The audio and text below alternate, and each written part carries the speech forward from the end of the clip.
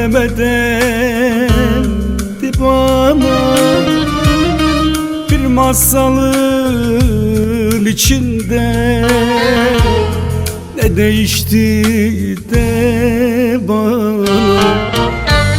Ben ayrı, sen ayrı, ikimiz ayrı ayrı, bir aşk hikayesi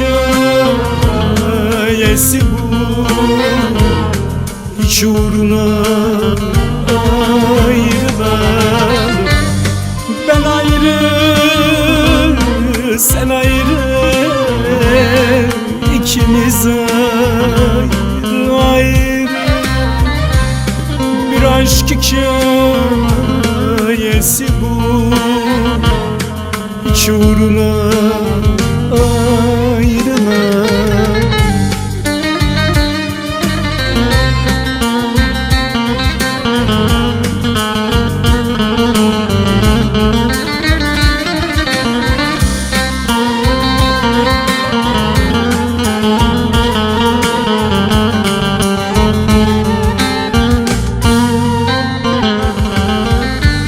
Şarkılar, türküler kurşundan beter.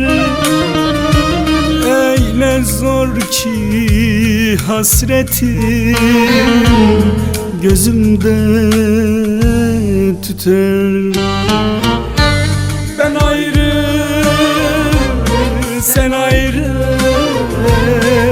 ikimiz ayrı ayrı, bir aşk hikayesi bu, hiç uğruna ayrılan.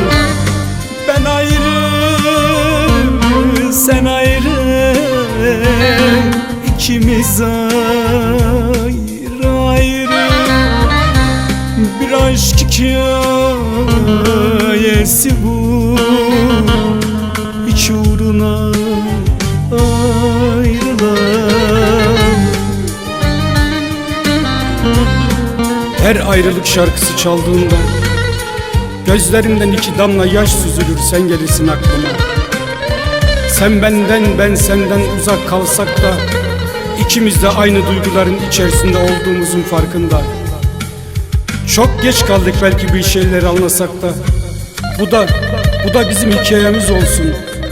Bu aşk sana da bana da yasak.